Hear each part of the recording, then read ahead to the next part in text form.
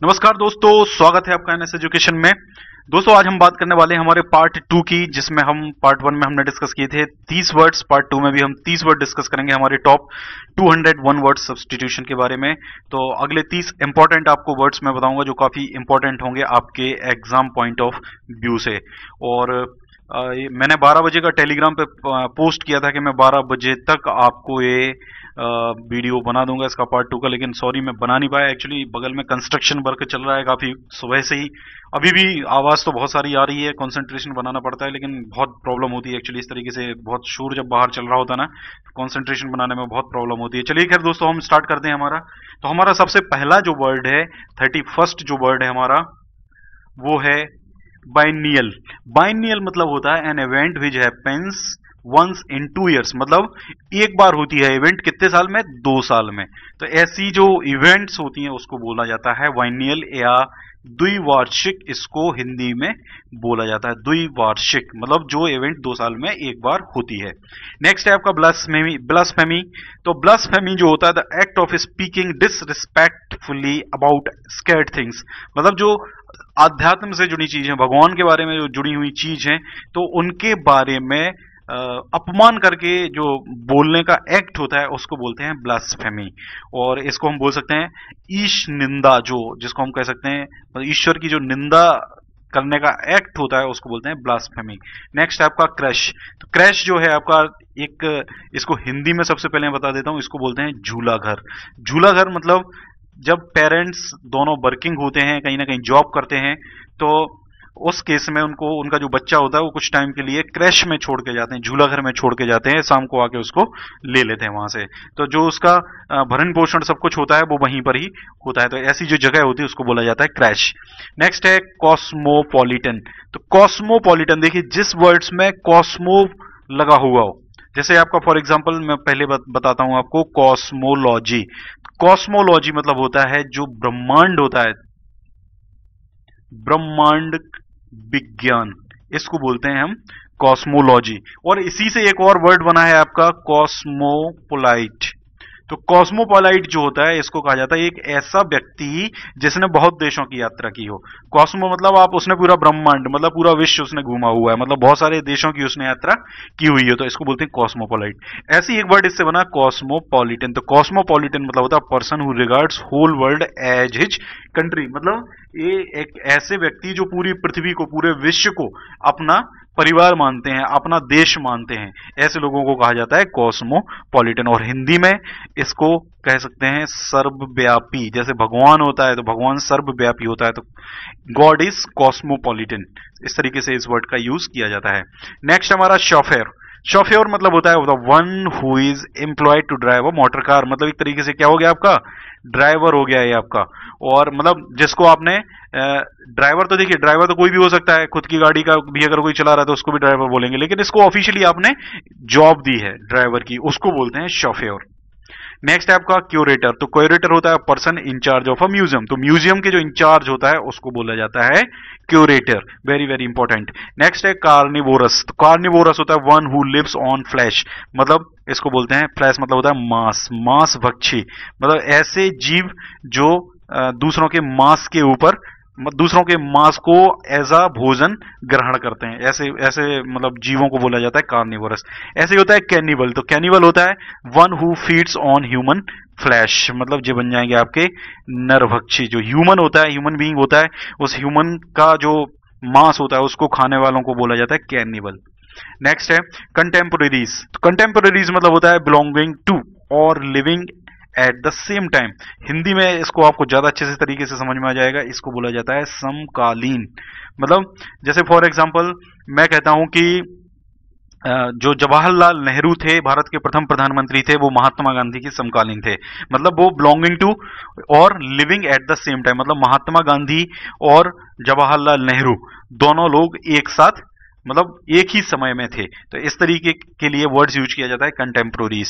Next है cloak room. तो cloak room जो होता है, देखिए स्पेलिंग यहाँ पे है CLOAK, और जो क्लॉक होती है वो एक अलग चीज होती है। क्लॉक मतलब घड़ी होती है, और क्लोक मतलब होता है आपका, क्लोक रूम जो होता है वहां पे रेलवे स्टेशन पे जनरली होता है, और रेलवे स्टेशन पे सामान रखने के लिए रूम बनाए जाते हैं, उनको कहा जाता है क्लोक रूम। तो place for luggage eight railway station. Next word है हमारा साइनोश्योर। तो साइनोश्योर सेंटर ऑफ अट्रैक्शन, मतलब सेंटर ऑफ अट्रैक्शन कोई है अगर तो उसको बोलेंगे साइनोश्योर। नेक्स्ट है कॉन्योश्योर।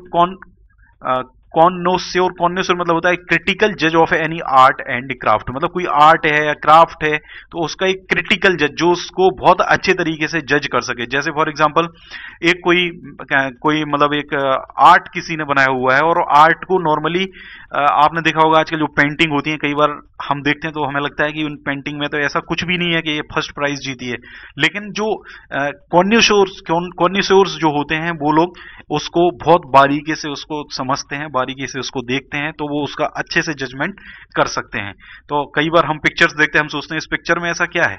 जैसे आपने मोनालिसा पिक्चर के बारे में सुना होगा, मोनालिसा की जो पिक्चर है तो उसमें जनरली हम जो देखते हैं तो उसमें कुछ भी नहीं होता है, लेकिन जो मोनालिसा की जो पिक्चर है उसको जो कॉन्योसेयर्स जो होते हैं वो जब उसको देखते हैं तो उनको उसमें काफी कुछ दिखाई देता है। मतलब एक तरीके से आप देख सकते हैं कि एक पर्टिकुलर आर्ट एंड क्राफ्ट के विशेषज्ञ जो होते हैं वो होते हैं कॉन्योसेयर्स।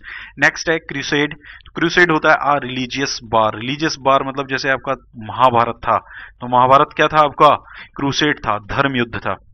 नेक्स्ट है choreographer, one who teaches dancing, मतलब जो डांस सिखाता है उसको बोलते हैं कोरियोग्राफर। जैसे अभी बॉलीवुड में हम देखते हैं तो जैसे फराह खान है तो फराह खान है कोरियोग्राफर। नेक्स्ट है आपका कैकोग्राफिस्ट। तो कैकोग्राफिस्ट होता है person who is bad in spellings. Spellings लिखने में जो मिस्टेक करते हैं तो उनको बोला जाता है कैकोग्राफिस्ट। कैकोग्राफिस्ट बहुत इंपॉर्टेंट है, एसएससी के एग्जाम में वर्ड्स कई बार पूछे जा सके हैं। कोरियोग्राफर हो गया, ये मतलब बहुत पॉपुलर वर्ड्स हैं एक्चुअली। नेक्स्ट है कैलीग्राफिस्ट, ये भी बहुत पॉपुलर वर्ड है, ये वर्ड आया आपका कैलीग्राफी से। कैलीग्राफी एक स्पेशल प्रकार की, देखिए होती तो हैंड राइटिंग है लेकिन उसको जब सजा सजा के लिखा जाता है, जैसे फॉर एग्जांपल हम नॉर्मली ए को ऐसे लिखते हैं, लेकिन ये जो लोग होते हैं ये बड़े उसको सजा सजा के इस तरीके से ऐसे बना बना के लिखते हैं कि वो देखने में थोड़ा सा अट्रैक्टिव हो जाता है। तो इस तरीके की जो राइटिंग होती है, हैंड राइटिंग होती है जो देखने में बहुत अच्छी लगती है, इसको बोलते हैं कैलीग्राफी। और जो कैलीग्राफी लिखते हैं, इस तरीके की हैंड राइटिंग लिखते हैं, उनको बोला जाता है कैलीग्राफिस्ट। नेक्स्ट है साइनिक। तो साइनिक होता है one who sneers at the aims and belief of his fellow man. तो इसका जो सबसे अच्छा वर्ड है निंदक, ये वर्ड आप इसको याद रखें, निंदक होता है साइनिक मतलब निंदक। नेक्स्ट है कॉन्वेल्सेंट। कॉन्वेल्सेंट मतलब होता है one who is recovering health, मतलब बहुत जल्दी जो हेल्थ रिकवर कर रहा है। जैसे कोई फॉर एग्जांपल कोई 15 दिन से बीमार था, लेकिन 15 दिन से बीमार था तो उसको थोड़ा सा 4 से 5 दिन लग जाते हैं रिकवर करने में, लेकिन अगर वो जल्दी रिकवर कर रहा है मतलब 2 से 3 दिन में ही उसने रिकवर कर लिया है, तो इस चीज को बोलते हैं कॉन्वेल्सेंट। नेक्स्ट है आपका कैवलरी। कैवलरी, कैवलरी मतलब होता है आपका soldiers who fight on horse back, मतलब ऐसे सोल्जर्स, ऐसे सैनिक जो घोड़े पे मतलब घोड़े पे बैठ के लड़ते हैं, मतलब घुड़सवार सेना जो होती है वो होती है आपकी कैवलरी। नेक्स्ट है कार्डियोलॉजिस्ट। देखिए कार्डियोलॉजिस्ट तो आपको सबको पता होगा, कार्डियो मतलब होता है रिलेटेड टू हार्ट, मतलब हृदय से रिलेटेड, हृदय से रिलेटेड जो बीमारियां होती हैं उनका जो मतलब उनको जो ठीक करते हैं, जो उनके जो डॉक्टर होते हैं उनको बोलते हैं कार्डियोलॉजिस्ट। तो person who is specialist in heart diseases.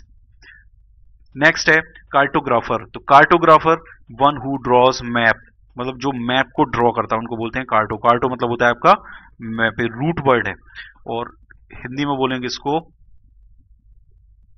मानचित्रकार। Next है डॉर्मेट्री। तो डॉर्मेट्री मतलब होता है the sleeping rooms with several beds specially in a college और इंस्टीट्यूशन। देखिए जैसे आपने हॉस्पिटल्स देखे होंगे, मैं आपको बहुत अच्छा एग्जांपल बता रहा हूँ। हॉस्पिटल्स में क्या होता है, एक जनरल वार्ड होता है, जनरल वार्ड में बहुत सारे बेड्स लगे होते हैं, तो वो उस तरीके के जो रूम होते हैं जो कॉलेज और इंस्टीट्यूशन में होते हैं उनको बोला जाता है डॉर्मेट्री। नेक्स्ट है ड्रॉ। देखिए यहाँ पे एन जो है वो साइलेंट होता है। ड्रॉ आपने मैच में कई बार देखा हो, क्रिकेट के मैच ड्रॉ होता है जब दोनों के स्कोर बराबर हो जाते हैं, तो मतलब ना कोई जीतता है ना कोई हारता है। तो a game that results neither in victory nor in defeat, इसको बोलते हैं ड्रॉ। नेक्स्ट है एलिजी। एलिजी होता है अ पोएम ऑफ लेमेंटेशन। देखिए लेमेंटेशन मतलब होता है रोना, रोना या इसको बोल सकते हैं ब्लाप, और अ पोएम ऑफ लेमेंटेशन। तो जैसे कई बार जो दुख भरी जो कविताएं होती हैं तो उनको बोला जाता है एलिजी। इसके लिए अगर एक मान लो मैं आपको अच्छा अगर वर्ड दूं तो इसको बोल सकते हैं हम शोक गीत। कई बार एग्जाम में पूछा जा चुका है। नेक्स्ट है epitaph, very very important, words which are inscribed on the grave और the tomb in the memory of the buried. देखिए सबसे पहले तो इंस्क्राइब्ड का मतलब समझ लीजिए। आपने देखा होगा पुराने टाइम के जो अभिलेख मिलते थे तो वो अभिलेख या तो किसी पत्थर पे इंस्क्राइब्ड होते थे, जैसे एक पत्थर है, आप कहीं अभी महलों में अगर कहीं जाते हो तो उस पे वो कुछ साइन होते हैं या कुछ वर्ड्स लिखे होते हैं, वो पत्थर पे कुरेद के उनको बनाया जाता है। तो ये जो मतलब इस कुरेदने के लिए जो वर्ड बनते हैं वो होते हैं आपके इंस्क्राइब्ड। और जो आपका एपिटेफ होता है वो एपिटेफ होता है जैसे कोई व्यक्ति की जब डेथ हो जाती है तो उनको दफनाया जाता है, तो उनकी मेमोरी में उनका जो टॉम्ब बनता है या जो ग्रेव होती है उस पर कुछ वर्ड्स उकेर दिए जाते हैं, कुछ वर्ड्स लिख दिए जाते हैं। जैसे आपने कई मूवीज में, हॉलीवुड की मूवीज में देखा होगा, उनका जो कई बार जो उनसे मिलने के लिए वहां पे उनकी ग्रेव पे जाते हैं तो आपने देखा होगा एक पत्थर, बड़ा सा पत्थर, मतलब एक बनाया हुआ होता है, एक प्लेटफॉर्म बनाया होता है, उस प्लेटफॉर्म के ऊपर एक बड़ा सा पत्थर लगा होता है, उस पत्थर के ऊपर उनका नाम वगैरह, वो कब उनका जन्म हुआ, कब उनकी डेथ हुई, ये सब लिखा रहता है, तो वो इंस्क्राइब्ड किया होता है। इस तरीके के जो वर्ड्स होते हैं उनको बोलते हैं एपिटेफ। बहुत इंपॉर्टेंट है, कई बार एग्जाम में पूछा जा चुका है। Epidemic, very very very important. तो एपिडेमिक मतलब होता है, हिंदी में समझ लीजिए सबसे पहले इसको बोलते हैं महामारी। तो महामारी में क्या होता है, बहुत एक बीमारी फैल जाती है, संक्रमित बीमारी होती है जिससे एक साथ गांव के गांव नष्ट हो जाते हैं, शहर के शहर तबाह हो जाते हैं। तो अ contagious disease which spreads over a huge area. तो एपिडेमिक मतलब होता है आपकी महामारी। नेक्स्ट है आपका एफेमिनेट। देखिए यहां पे क्या लग गया, FEMI, मतलब रिलेटेड टू फीमेल। ये भी आपका एक वर्ड रूट है। देखिए वर्ड रूट जो होते हैं जरूरी नहीं है कि पहले ही स्टार्ट हो, कई बार आपके वर्ड रूट लास्ट में भी आ जाते हैं, कई बार पहले भी आ जाते हैं और कई बार वर्ड के बीच में भी आते हैं। जैसे यहाँ पे बीच में आया हुआ है FEM, तो FEM मतलब रिलेटेड टू वुमन। तो a person who is womanish, मतलब जिसकी हरकतें वुमन की जैसी हो, स्त्री की जैसी हो, मतलब स्त्रीवत इसको हम बोल सकते हैं, स्त्रीवत, वुमन के जैसा, related to woman. A person who is womanish मतलब वो व्यक्ति हो, एक आदमी हो, एक पुरुष हो, लेकिन उसकी जो हरकतें हैं वो औरतों की जैसी हो, तो इनको बोलते हैं एफेमिनेट। नेक्स्ट है इमिग्रेंट। तो इमिग्रेंट मतलब होता है person who leaves his own country and goes to live in another. मतलब एक ऐसा व्यक्ति जो अपने देश को छोड़ जाता है और दूसरे देश में जाके रहने लगता है। जैसे मान लो मैं यहाँ पे हूँ, अभी इंडिया में रहता हूँ, इंडिया की मेरे पास नागरिकता है, लेकिन मैं 2 साल बाद यहाँ से अमेरिका में शिफ्ट हो जाता हूँ, तो फिर मैं क्या कहलाऊंगा, यहाँ का इमिग्रेंट कहलाऊंगा। और इसके लिए हिंदी में एक वर्ड यूज होता है प्रवासी। नेक्स्ट है एडिबल। तो एडिबल मतलब होता है फिट टू बी ईटन, मतलब ईटेबल, सीधा सीधा सा सिंपल सा वर्ड से ईटेबल मतलब खाने योग्य, खाद्य, मतलब जो चीज को हम खा सकते हैं उसको बोलेंगे हम एडिबल या ईटेबल। नेक्स्ट है आपका ईगोटिज्म। तो देखिए ईगो मतलब क्या होता है, ईगो मतलब होता है अहम, अहम, अहंकार, इसी से आपका अहंकार बना है। और ईगोटिज्म मतलब क्या हो जाएगा कि जो act of talking too much about one self, मतलब सिर्फ अपने ही अपने बारे में बात करना। आप किसी के साथ हो और आप सिर्फ अपने अपने बारे में बात कर रहे हो, तो ये आपका ईगो है। आपको लगता है कि आप ही सबसे बेटर हो, यही आपका अहम होता है, यही आपकी ईगोटिज्म होती है। तो दोस्तों ये थे आपके नेक्स्ट 30 वर्ड्स, और कोशिश करूंगा मैं जल्द से जल्द आपके लिए पार्ट 3 भी इसका मैं लेके आऊँ। और वर्ड्स को आप बिल्कुल याद करें, मैं बहुत सारे वर्ड्स बताऊंगा। ये टॉप 200 तो मैं ले ही रहा हूँ, टॉप 200 की जगह मैं 500 तक आपको वर्ड्स बता दूंगा जो बहुत इंपॉर्टेंट रहेंगे। और इन 500 में से एक सिंगल क्वेश्चन भी आपका व्यापम के किसी एग्जाम में बाहर नहीं आएगा। देखिए SSC के लिए तो आपको कम से कम 1000 वर्ड्स कंप्लीट करने पड़ेंगे। तो अभी मैं स्टार्टिंग में 500 वर्ड्स बताऊंगा, बाकी 500 वर्ड्स मैं आपको बाद में बताऊंगा। और हिंदी मीनिंग में आपको इसलिए बता रहा हूं क्योंकि हिंदी मीनिंग में आपको कई बार चीजें ज्यादा अच्छे से समझ में भी आ जाती हैं, कई बार जो हिंदी मीडियम के लोग होते हैं। तो जैसा कि मैं हूं तो मुझे भी ऐसा ही लगता है। तो खैर आपको ये वीडियो जैसा भी लगा वो कमेंट करके जरूर बताएं दोस्तों। और इसके अलावा आप वीडियोस को शेयर नहीं करते हैं, आप अपने दोस्तों के साथ वीडियोस को शेयर जरूर करें। और ये लिंक है हमारे चैनल की, इस लिंक पे जाके अब आप चैनल को सर्च कर सकते हो। और बाकी सब मतलब मैंने सब बोल दिया है। Thank you very much.